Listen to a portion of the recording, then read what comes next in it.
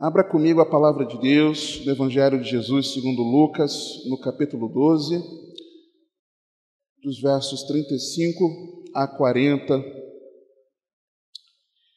e nos diz assim a santa e poderosa palavra de Deus: Estejam cingidos os vossos lombos e acesas as vossas candeias, e sede vós semelhantes aos homens que esperam o seu Senhor, quando houver de voltar das bodas, para que quando vier e bater, logo possam abrir-lhe. Bem-aventurados aqueles servos os quais, quando o Senhor vier, achar vigiando, em verdade vos digo que se cingirá e os fará assentar à mesa, e chegando-se os servirá. E se vier na segunda vigília, e se vier na terceira vigília, e os achar assim, bem-aventurados são os tais servos. Sabei, porém, isto, que se o pai de família soubesse a que hora havia de vir o ladrão, vigiaria e não deixaria minar a sua casa. Portanto, estai vós também preparados, porque virá o Filho do Homem a hora que não imaginais.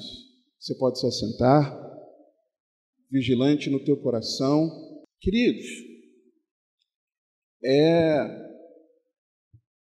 evidente o cenário ao nosso redor que aponta para a brevidade do retorno do nosso Senhor. Eu imagino que ninguém aqui tenha essa dúvida, com tudo que tem acontecido, e nós temos visto o cumprimento da palavra de Deus. E sim, Jesus vem do céu, em glória ele vem. Essa é a esperança que a sua igreja tem. Vencendo vem Jesus. Já refulge a glória eterna de Jesus, o Rei dos Reis. Esse Rei que nós cantamos aqui em todos os louvores, esse mesmo Rei. Breve os reinos deste mundo seguirão as suas leis.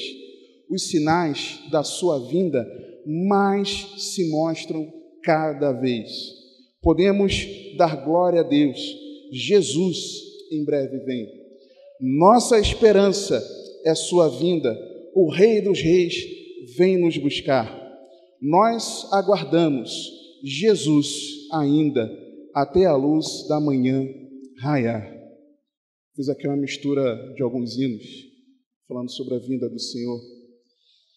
Pensar na volta de Cristo, irmãos, é termos fé na promessa.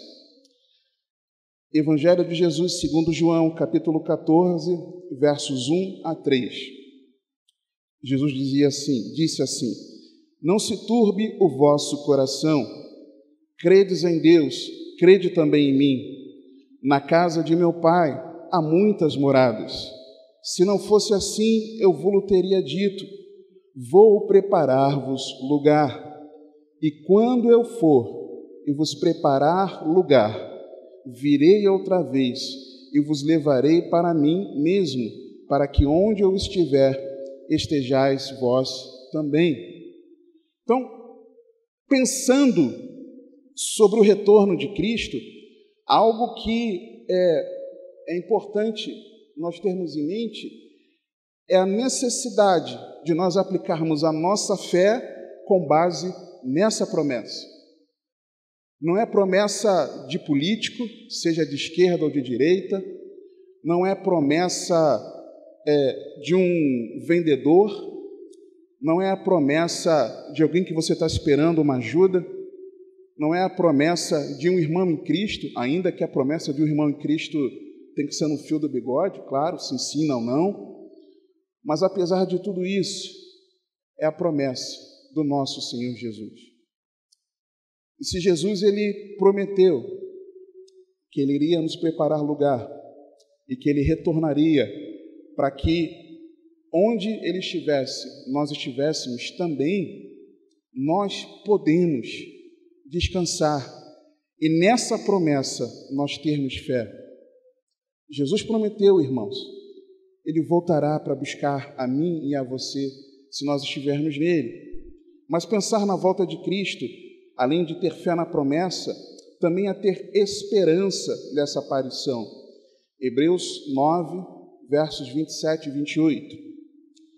E como aos homens está ordenado morrerem uma vez, vindo depois disso o juízo, assim também Cristo, oferecendo-se uma vez para tirar os pecados de muitos, aparecerá a segunda vez sem pecado aos que o esperam para salvação. Cristo, em mim e em você, Ele é a esperança da glória. Cristo, na nossa vida, é a esperança que você e eu temos da nossa redenção. A vinda do Senhor, a aparição do Senhor, essa é a minha e a tua esperança. Precisa ser, ao menos, se ainda não for. Aguardarmos o Senhor, estarmos na expectativa de que o céu se abrirá e o Senhor virá na glória dEle, na glória do Pai e na glória dos santos anjos. Isso precisa ser a minha esperança, e não de que no final do ano haverá eleições, não de que a ciência está descobrindo meios de cuidar da saúde por conta da pandemia, não na esperança de um novo emprego, não a esperança de um novo negócio, não a esperança do início das aulas na sua faculdade, não a esperança de você estar morando numa casa nova, não a esperança de repente, uma promoção no seu trabalho, não na esperança da cura de uma enfermidade, não na esperança de um casamento, não a esperança na geração de um filho, mas a esperança que precisa arder no meu e no teu coração é da salvação que há em Cristo Jesus, quando Jesus rasgar o céu e aparecer para buscar a mim e a você. Essa precisa ser a nossa esperança. Só que pensar na vinda do Senhor é nós termos amor pela sua vinda. Segunda Epístola de Paulo a Timóteo, capítulo 4, versos 7 e 8. Combati o bom combate, completei a carreira, guardei a fé. Desde agora a coroa da justiça, daqueles que foram justificados pela fé em Jesus, aqueles que tiveram seus pecados tornados sem culpa, porque depositaram a sua fé no justo Jesus.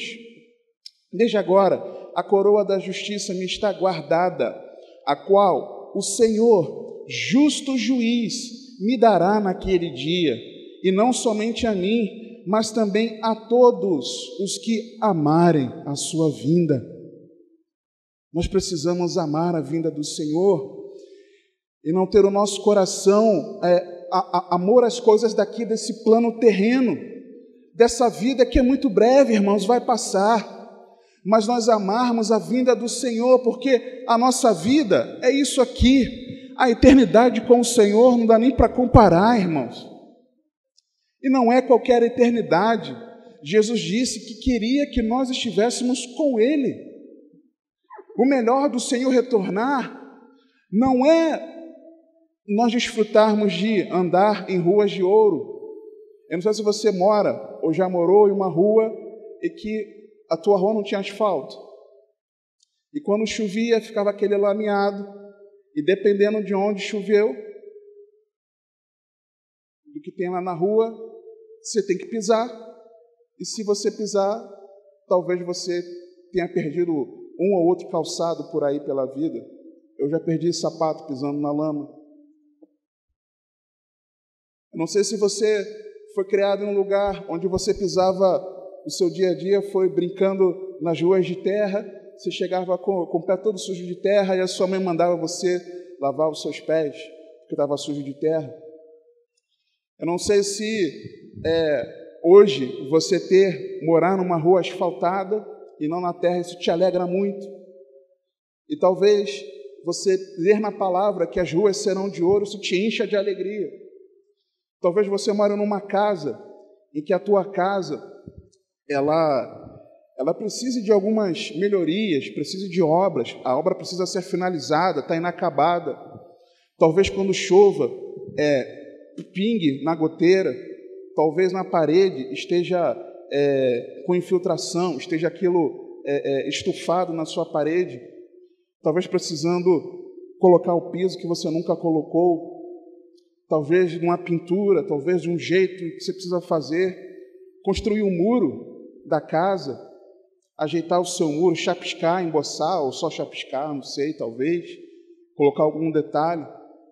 Talvez a sua casa seja assim, esteja assim, e você ler na palavra de Deus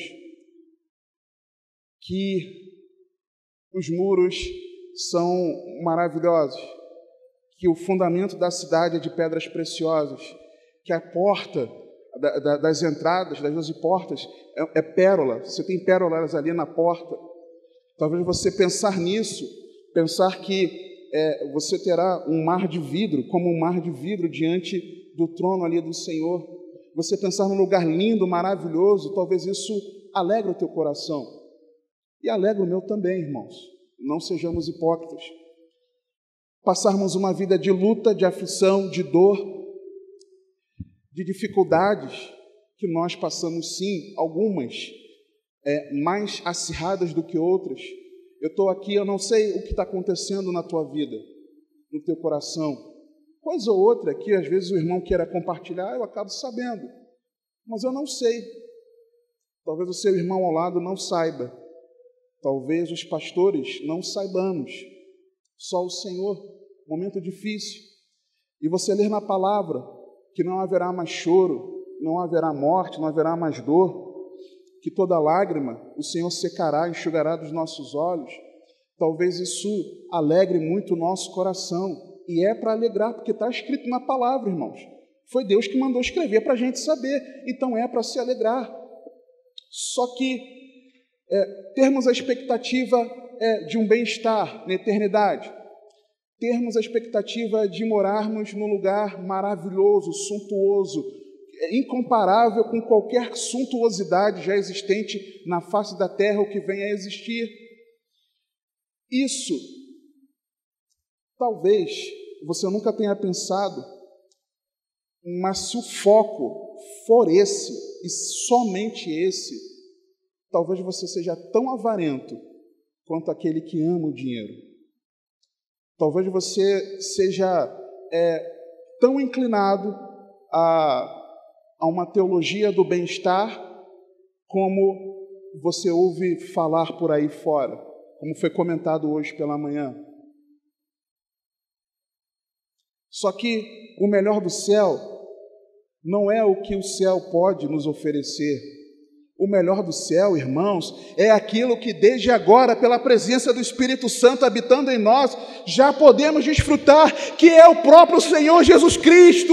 O melhor do céu é nós desfrutarmos de um relacionamento pessoal com o Senhor para sempre, é contemplarmos a sua face, é estarmos junto dele eternamente.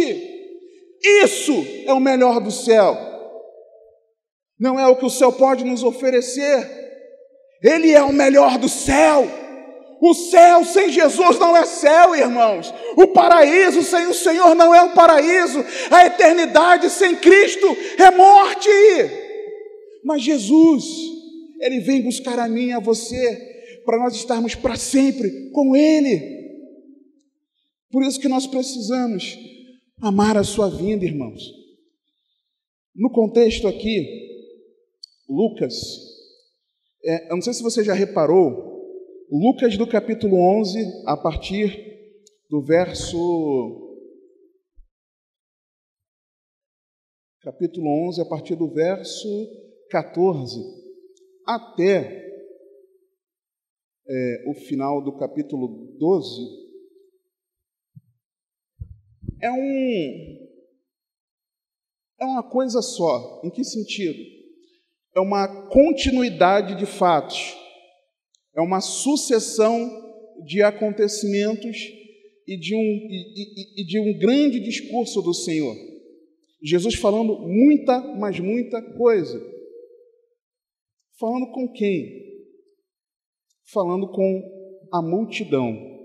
Capítulo 11, verso 14.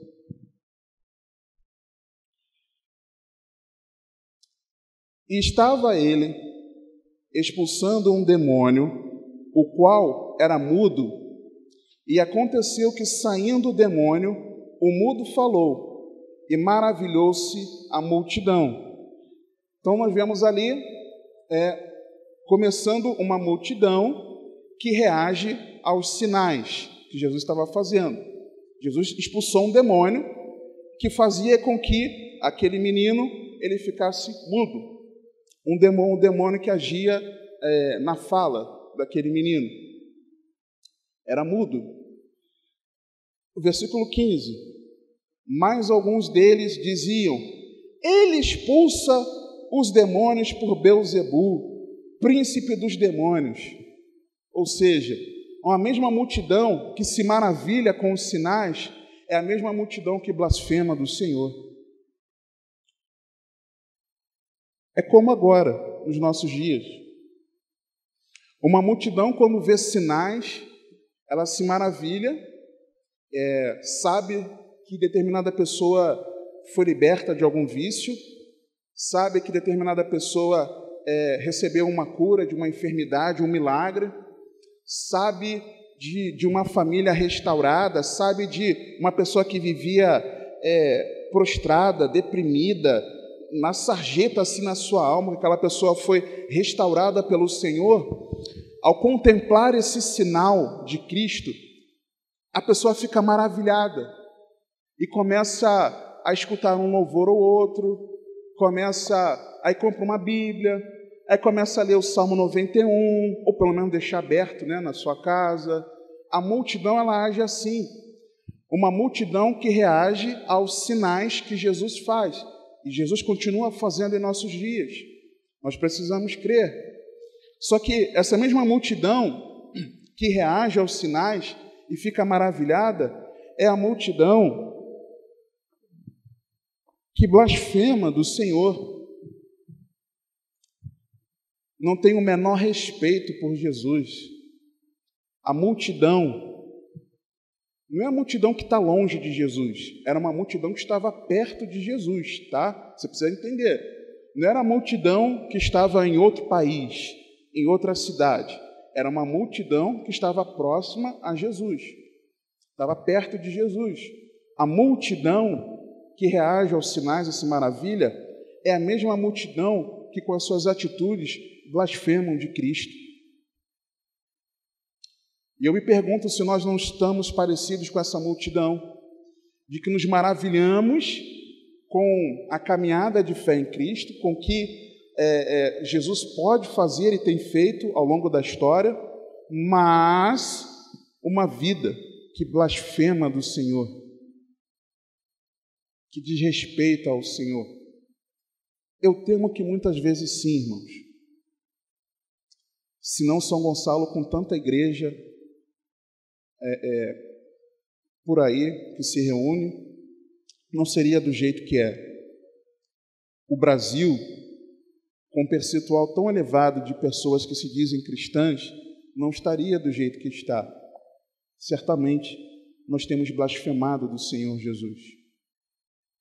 As nossas atitudes, mesmo que participantes dessa multidão, que daqui a pouco vai ser a maioria no Brasil, mas uma multidão daqueles que blasfemam do Senhor. Verso 16. E outros, tentando, pediam-lhe um sinal do céu. Ou seja, Jesus já tinha expulsado demônios. Algo que não acontecia assim. Não era, expulsão de demônio não era algo comum. Não era assim. Não só alguns blasfemavam, mas alguns continuaram pedindo sinal. Ou seja, Jesus, eu sei que o Senhor curou a minha família, eu sei que o Senhor me restaurou daquela enfermidade, eu sei que o Senhor me libertou do vício, mas me dá só mais um sinal para eu te seguir de verdade. E nós queremos provar, tentar ao Senhor, pedindo mais um sinal para ver se nós devemos seguir a Jesus de verdade, do jeito que Ele nos ensina a segui-lo. A multidão, ela age assim. Ela reage aos sinais, maravilhando-se, mas alguns duvidam. E tantos outros blasfemam do Senhor. Vá para o verso 27, por favor. Mesmo capítulo 11.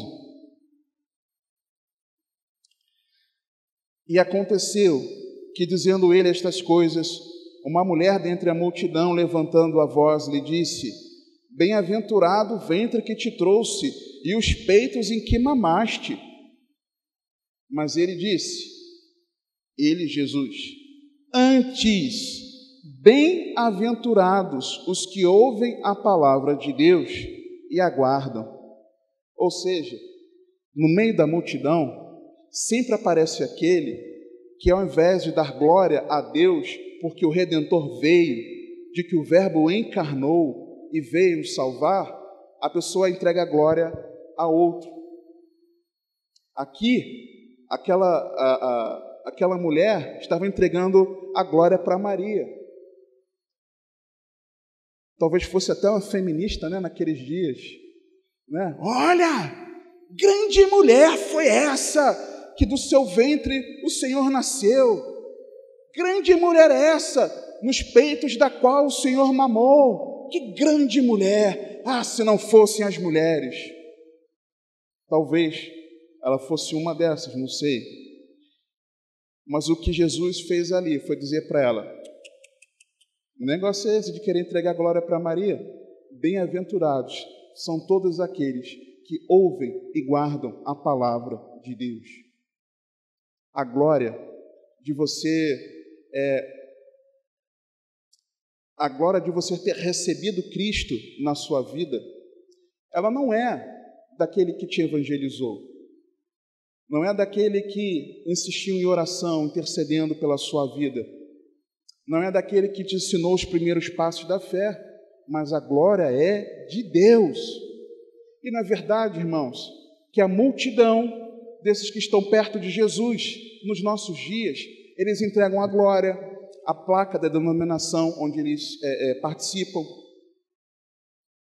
entregam glória àquele que os pastoreia, entrega a glória à sua atitude, da sua prática de vida cristã. Não, é porque eu jejuo, é porque eu oro, é porque eu medito na palavra, não é porque eu sou envolvido na obra. Glória ao meu envolvimento na obra. Amém. Muitas vezes nós somos como essa mulher que surgiu da multidão. Talvez você esteja assim. Talvez eu esteja assim, querendo transferir a glória, que é toda devida a Deus, para uma pessoa, para uma organização, para uma atitude, quando toda a glória ela deve ser entregue somente a Deus. Ainda, falando sobre a multidão, verso seguinte, verso 29, irmãos. Olha o que o texto diz. E ajuntando-se a multidão, Jesus começou a dizer, maligna é esta geração, ela pede um sinal, e não lhe será dado sinal, senão o sinal do profeta Jonas. Jesus disse que essa multidão é uma multidão maligna. Uma multidão que contemplava sinais atrás de sinais, tinha acabado de contemplar a libertação daquele homem, mas alguns duvidavam, uns blasfemaram, do meio deles vem um que quis dar glória a Maria, e ele falou, e pedindo sinal, essa geração maligna. Eles estão perto de mim, têm acompanhado aquilo que eu tenho realizado, têm ouvido as minhas palavras, mas eles têm um coração endurecido. O coração deles é mau. E de verdade, irmãos, o nosso coração é mau e perverso. Porque talvez você só esteja seguindo a Jesus por mero interesse. Por mero interesse. Eu me lembro de um rapaz que nós evangelizamos, o ministério, né, de evangelismo estratégico, numa rua até próxima onde eu moro, E os irmãos abraçaram aquele homem para ajudar, para incentivar. Era uma pessoa que estava presa à bebida, viciado na bebida, e veio aqui algumas boas vezes, determinada vez até chegou a manifestar demônio durante um culto de quarta-feira. E por mais que cada um dos irmãos pregasse o verdadeiro evangelho para ele respondia da seguinte forma: eu sei que eu preciso de Jesus, porque Jesus vai ser aquele que vai me libertar disso, então eu vou ter uma vida boa aqui, porque eu estou sofrendo muito no trabalho, na família, por causa desse meu vício. Alguém que não compreendeu o evangelho. Talvez alguns dos irmãos que estão aqui se lembrem dessa pessoa, que depois deixou de atender cada um dos irmãos que faziam contato com ele. Uma geração que só busca Jesus por interesse. Eu vou para o culto à noite, passo o dia inteiro longo, teu coração distante de Cristo. Eu vou ao culto à noite para ouvir a palavra, o dia inteiro longe do Senhor. Não orou tempo nenhum, os teus lábios talvez tenham saído só murmuração e não exaltação ao Senhor. Aí vem para o culto. Mas louvado seja Deus que você veio. Capítulo 12, verso 1. Ajuntando-se, entretanto, muitos milhares de pessoas. Só uma pausa. Nesse interim, quando Jesus fala que eles vão pedir um sinal, e não vai ser dado nenhum sinal, senão o sinal do profeta Jonas, de que Jonas, como esteve 3 dias e 3 noites no ventre do grande peixe, o Filho do Homem estaria no ventre da terra por 3 dias. E o exemplo também ali da Rainha do Sul, né, que se levantaria no dia do juízo, porque ela foi até Salomão ouvir a sua sabedoria. Os homens de Nínive se levantarão no juízo com esta geração e a condenarão, pois se converteram com a pregação de Jonas, e eis aqui quem é maior do que Jonas. E aí Jesus vem pregando algo que enchia o coração de alguns de alegria. Essa é a pregação que eu quero ouvir, uma pregação dura mesmo, que chama essa geração de maligna, uma geração de perversa. Fala mesmo, Deus, eita Deus! A ponto de que Jesus ainda estava falando, versículo 37 diz: e estando ele ainda falando, rogou-lhe um fariseu que fosse jantar com ele, e entrando, assentou-se à mesa. Jesus estava pregando aquela multidão e pegando firme. E aí tem um que ouviu: meu Deus! Que pregação maravilhosa! Está pregando o evangelho! Eu quero essa pregação para mim. Jesus, Jesus, para de pregar. Jesus, vem jantar aqui em casa. Se imagina isso, irmãos. Interrompeu a pregação de Jesus, está aqui. Você lê comigo aí, verso 37. Estando ele ainda falando, rogou-lhe um fariseu que fosse jantar com ele. E Jesus parou a pregação e foi para a casa daquele fariseu. Só que assim que Jesus chega naquela casa, o fariseu vê que Jesus não seguia as tradições farisaicas, ele não tinha se lavado antes de comer. Jesus então ele dá uma reprimenda nele e começa a trazer ali uma série de ais, se eu não me engano 6 ais, né? Aos fariseus, aos escribas. Aí quando chega no verso 1, a multidão se ajunta novamente. Ajuntando-se, entretanto, muitos milhares, capítulo 12, verso 1. Ajuntando-se, entretanto, muitos milhares de pessoas, de sorte que se atropelavam uns aos outros, começou a dizer aos seus discípulos: acautelai-vos primeiramente do fermento dos fariseus, que é a hipocrisia. Jesus, vendo que a multidão voltou de novo, a multidão se ajuntou novamente. Vocês são uma geração perversa, não vai ter sinal nenhum, vocês têm que se converter. Aí um deles, vem cá, Jesus. Aí Jesus pega firme com ele fica mal. O que acontece? A multidão, provavelmente ali Jesus já saindo da casa, a multidão se ajunta de novo. Ajuntou a multidão, uns por cima do outro, de sorte que se atropelavam uns aos outros. Ou seja, vou usar uma expressão aqui feia, uma multidão sem vergonha. Jesus acabou com eles, mas eles voltaram lá se atropelando. Por quê? Porque eles queriam Jesus? Não era. Eles queriam sinais. Aí quando Jesus vê isso, o que Jesus fala? Vê a multidão, aí vira para os discípulos: olha, acautelai-vos do fermento da hipocrisia dos fariseus, porque eu vou te contar. Quando ele vê a multidão se atropelando de novo para estar junto dele. Só que aí continua, verso 13, e a multidão continua lá perto de Jesus. Aí no verso 13, e disse-lhe um da multidão, continua a multidão, vocês estão entendendo? Desde o verso 14 do capítulo 11, está a multidão ali. A pausa foi só na casa do fariseu, mas a multidão, assim que Jesus saiu, se ajuntou novamente.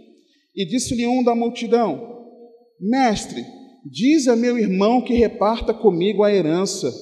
Mas ele lhe disse: homem, quem me pôs a mim por juiz ou repartidor entre vós? E disse-lhes: acautelai-vos e guardai-vos da avareza, porque a vida de qualquer não consiste na abundância do que possui.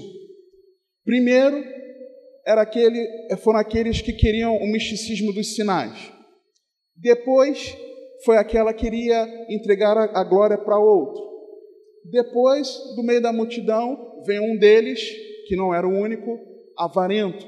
E Jesus ensina que a vida do homem não consiste em ter naquilo que ele possui, mas sim ele ser uma nova criatura. Depois continua, avança para o verso 54, por favor. Lucas 12.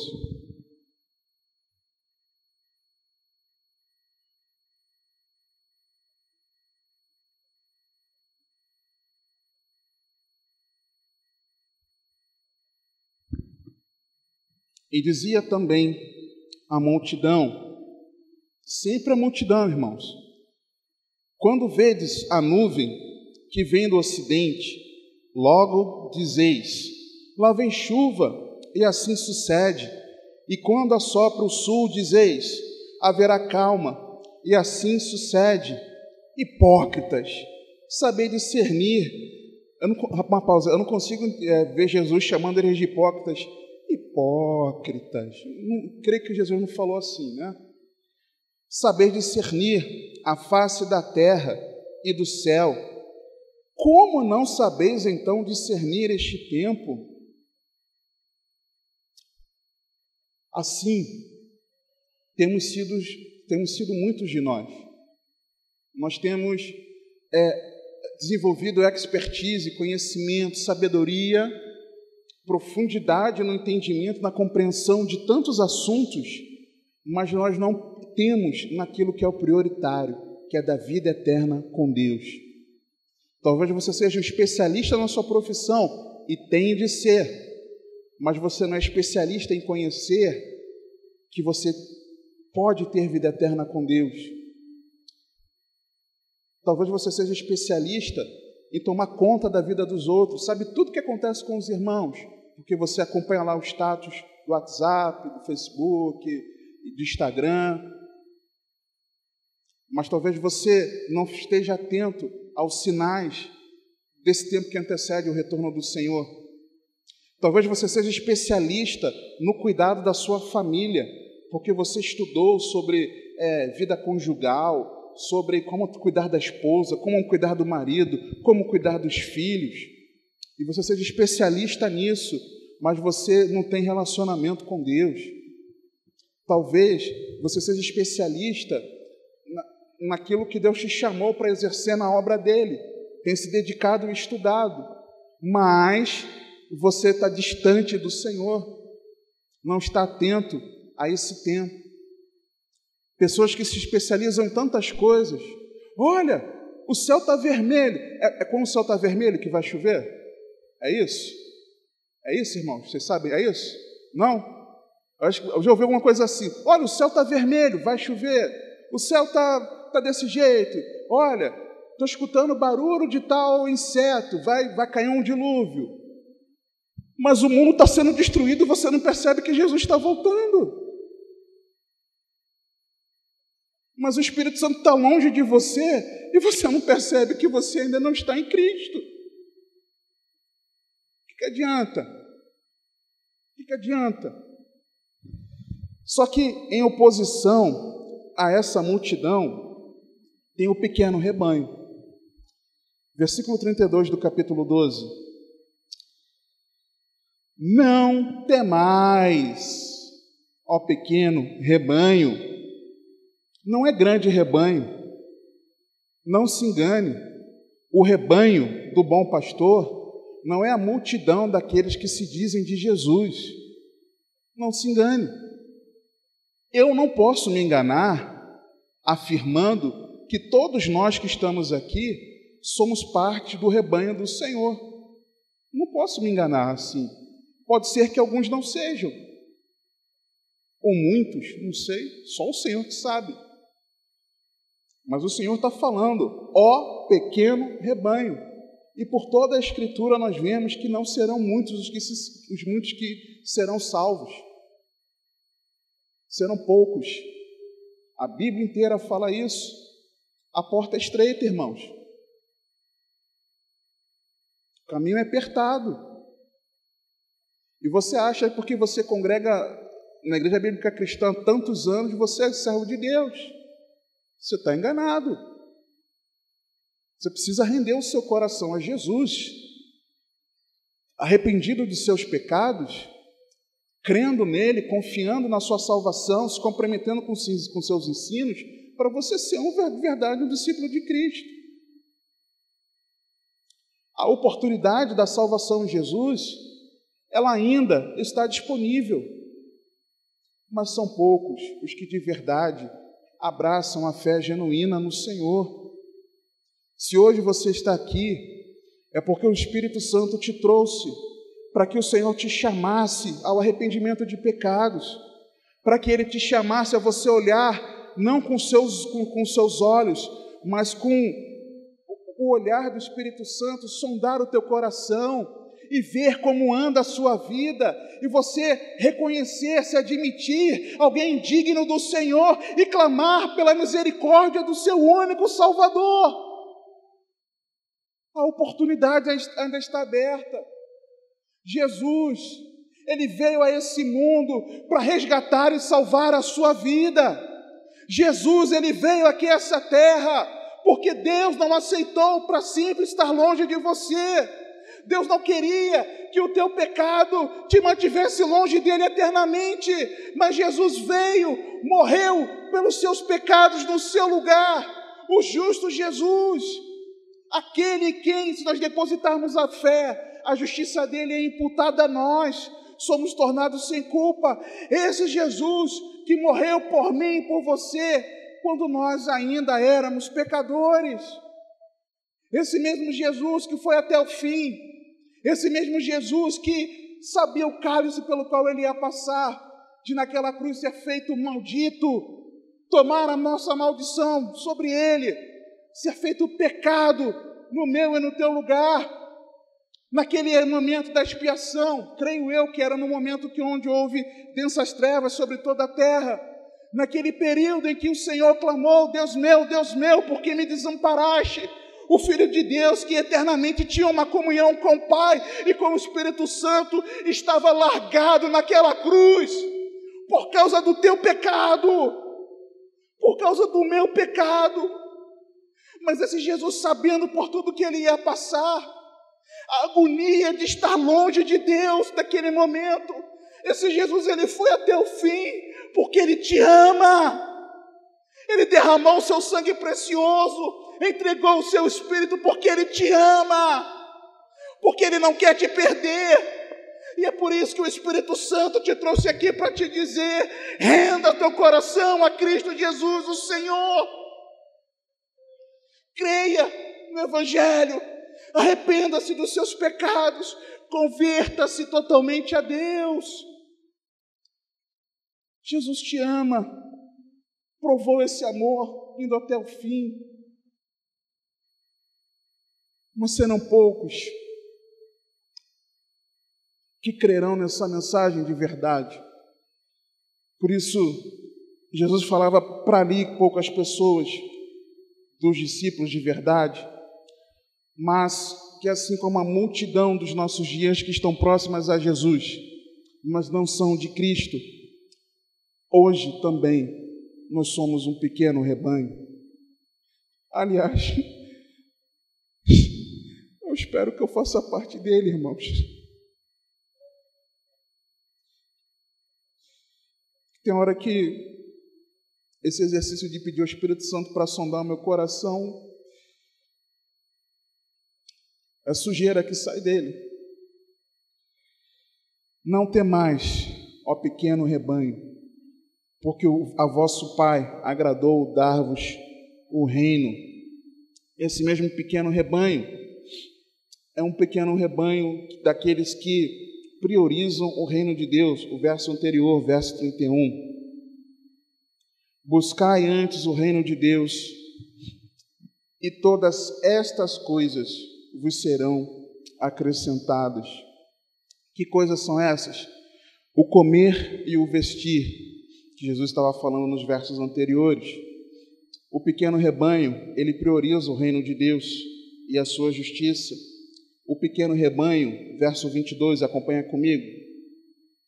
E disse aos seus discípulos, não falando mais à multidão, mas falando aos discípulos: portanto vos digo, não estejais apreensivos pela vossa vida sobre o que comereis, nem pelo corpo sobre o que vestireis.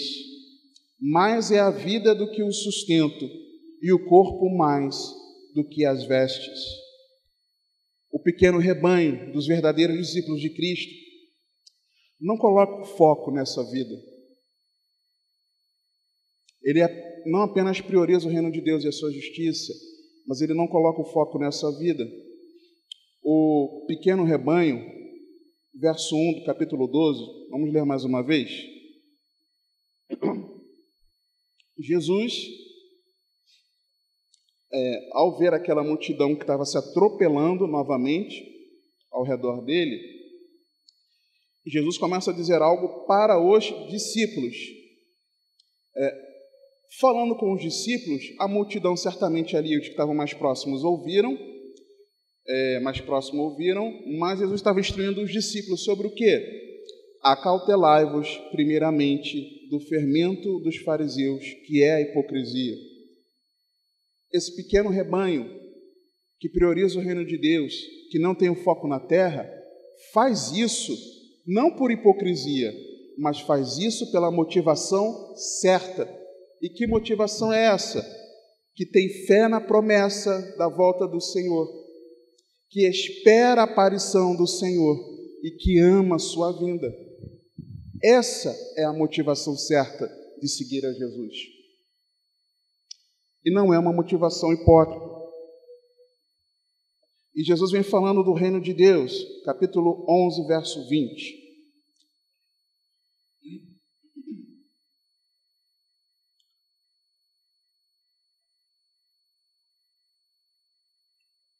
Jesus estava expulsando o demônio que fazia a mudez. E no verso 20, Jesus diz o seguinte, ele ensina sobre a casa dividida, e aí no verso 20 ele diz o seguinte: mas se eu expulso os demônios pelo dedo de Deus, certamente a vós é chegado o reino de Deus. Quando o valente guarda armado a sua casa, em segurança está tudo quanto tem. Quem é esse valente? Satanás. O que é tudo que ele guarda? As almas dos incrédulos. Versículo 22. Mas, sobrevindo outro mais valente do que ele, quem é esse que veio mais valente do que Satanás? Jesus.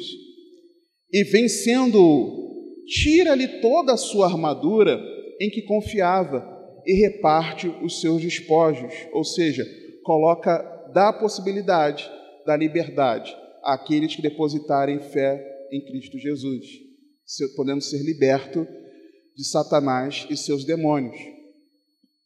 É chegado o reino de Deus. Antes, a vida era governada por Satanás e seus demônios. Vindo o reino de Deus, quem é o rei? É o Senhor. Lembra que nós cantamos aqui? Foram 4 louvores falando sobre Jesus como rei. É esse mesmo. Veio o reino de Deus. Quem é o rei? Esse que nós exaltamos durante boa parte do nosso culto hoje. Esse rei, quando vem, ele nos dá a possibilidade de mudança de governo. A nossa vida não ser mais dirigida pelas nossas emoções. A nossa vida não ser mais governada pelos nossos pensamentos. A nossa vida não ser governada mais pela nossa vontade pessoal, mas a nossa vida ser governada pelo Espírito Santo. A nossa vida ser governada pelo Rei dos Reis e Senhor dos Senhores. A nossa vida ser governada pelo Senhor Jesus.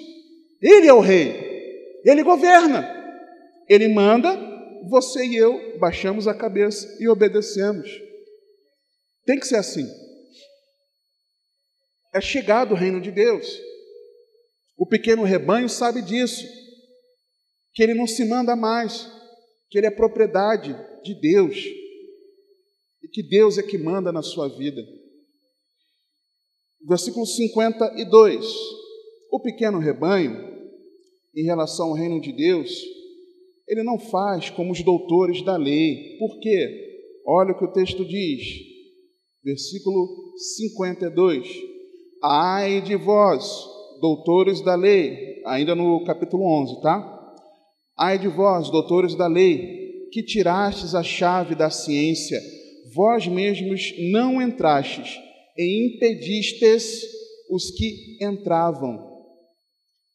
O pequeno rebanho não age como os doutores da lei, pelo contrário, ele não apenas entra, participa do reino de Deus, como ele não é impedimento, não é pedra de tropeço, para que outros também se acheguem a Jesus. Ou seja, é alguém que dá bom testemunho, é alguém que não coloca um peso da tradição sobre a vida do outro, mas é alguém que pela sua vida e pelo evangelho que sai dos seus lábios, prega a Jesus. Esse faz parte do pequeno rebanho. Jesus continua dizendo no capítulo 12, versos 4 e 5. A partir do versículo 2, ele acabou de falar, acautelai-vos primeiramente do fermento dos fariseus, que é a hipocrisia, e continua, mas nada é encoberto que não haja de ser descoberto, nem oculto que não haja de ser sabido. Portanto, tudo que em trevas dissestes, a luz será ouvida, e o que falastes ao ouvido no gabinete sobre os telhados será pregoado. E digo-vos, amigos meus, não temais os que matam o corpo, e depois não tem mais que fazer, mas eu vos mostrarei a quem deveis temer. Temei aquele que depois de matar tem poder para lançar no inferno. Sim, vos digo, a esse temei. O pequeno rebanho teme a Deus. O pequeno rebanho sabe que quem vai condenar eternamente não é o diabo. O pequeno rebanho sabe que quem tem a chave do lago de fogo e enxofre não é o diabo, mas é Deus. O pequeno rebanho sabe que a condenação eterna é real. Mas também o pequeno rebanho sabe que não deve temer aqueles que podem matar o corpo, que quando vier a grande perseguição, que já está se aproximando galopantemente aos nossos olhos, cheio do Espírito Santo, ele vai perseverar e não vai temer, ainda que isso lhe custe a sua vida. Esse é o pequeno rebanho. O pequeno rebanho sabe, versículo 8, ainda do capítulo 12, Saiba que é preciso confiança e ousadia. E digo-vos que todo aquele que me confessar diante dos homens, também o Filho do Homem o confessará diante dos anjos de Deus. Mas quem me negar diante dos homens, será negado diante dos anjos de Deus. Ou seja, ele precisa ter confiança e ousadia. Ele sabe disso. O pequeno rebanho, ele sabe que essa vida tem um fim. Versículo 20. Aquele mesmo avarento que pediu para Jesus repartir da herança, e Jesus diz que não é repartidor, e ele começa a explicar, contar aqui essa parábola do homem que começa a produzir muito, e por começar a produzir muito na sua fazenda, decide construir celeiros maiores, para que o excedente da sua produção ele ajunte para si. Qual era a atitude correta dele? Está produzindo muito mais. Era ajuntar tudo para ele? Não, era ele repartir o excedente. Esse foi o problema dele. Ajuntar para si e não repartir. Aí, versículo 20, o Senhor diz: mas Deus lhe disse: louco, esta noite te pedirão a tua alma. E o que tens preparado, para quem será? Assim é aquele que para si ajunta tesouros e não é rico para com Deus. O pequeno rebanho é aquele que sabe que essa vida terrena, ela tem um fim. E que aquilo que ele faz não pode ter o foco nessa vida, mas precisa ter o foco na eternidade, ajuntando tesouro para Deus. Versículo 33, falando em tesouro, por exemplo, o pequeno rebanho, no verso 33, sabe que precisa ter um tesouro no céu. Vendei o que tendes e dai esmolas, fazei para vós bolsas que não se envelheçam, tesouros nos céus que nunca cabe, aonde não chega ladrão e a traça não corrói. Esse pequeno rebanho, ele sabe que haverá uma justa retribuição. Verso 47 do capítulo 12. E o servo que soube a vontade do seu senhor e não se aprontou, nem fez conforme a sua vontade, será castigado com muitos açoites. Mas o que a não soube e fez coisas dignas de açoite, com poucos açoites será castigado. E a qualquer que muito for dado, muito se lhe pedirá. E ao que muito se lhe confiou, muito mais se lhe pedirá. Ele sabe que haverá uma justa retribuição. O pequeno rebanho, ele sabe que precisa fazer algo enquanto ainda é tempo. Verso 57. E por que não julgais também por vós mesmos o que é justo? Quando, pois, fores com o teu adversário ao magistrado, procura livrar-te dele no caminho, para que não suceda que te conduza ao juiz, e o juiz te entregue ao oficial, e o oficial te lance na prisão.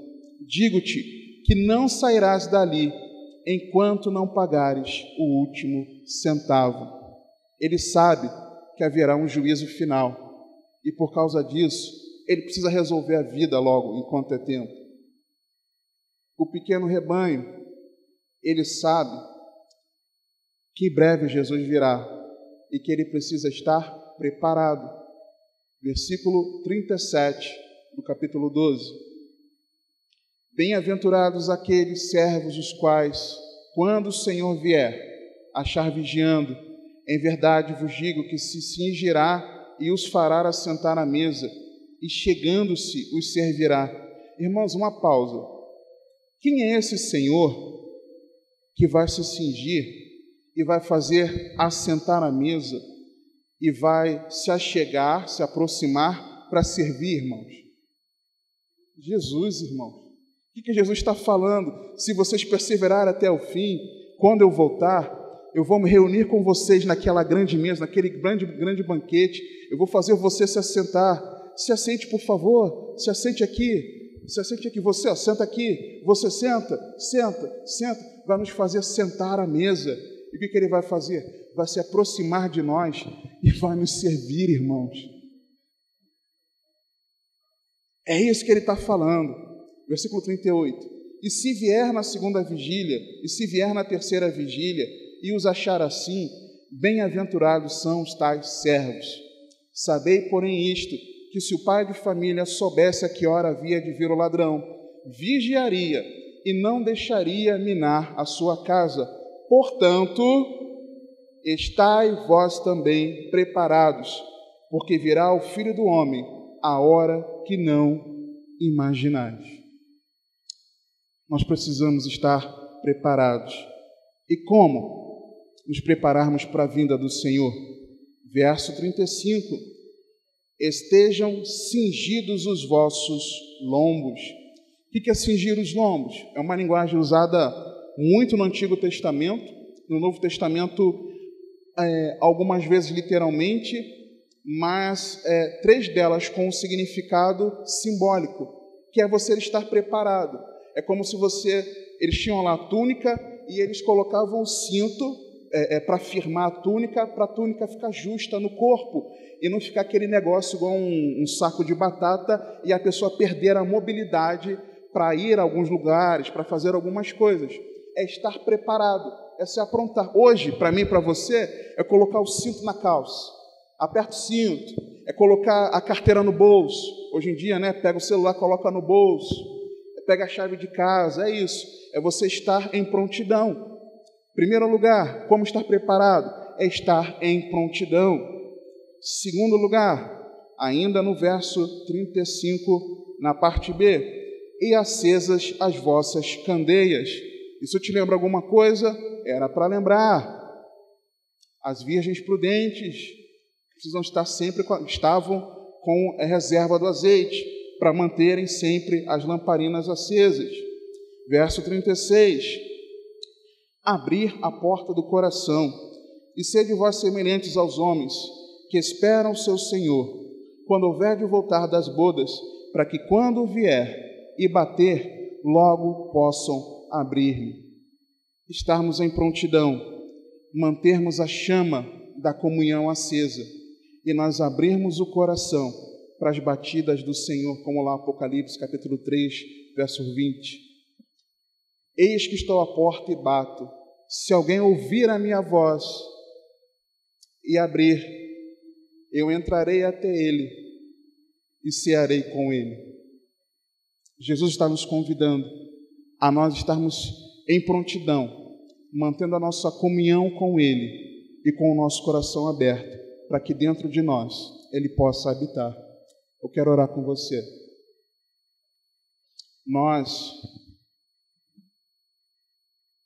vamos voar em direção ao céu de Cristo. Isso foi Ele mesmo que nos prometeu. Vamos voar. Pouco tempo aqui nos resta. Esteja a nossa alma com pressa de no céu chegar. Vamos voar em direção ao céu de gozo. Repouso para sempre ali nós teremos. Vamos voar como voam os santos anjos, serafins, também arcanjos. Maravilhas ali desfrutaremos. Vamos voar nas asas do vento, na hora e no tempo em que Deus nos chamar. Vamos voar, quem dera fosse agora, subir para a glória onde nosso Deus está.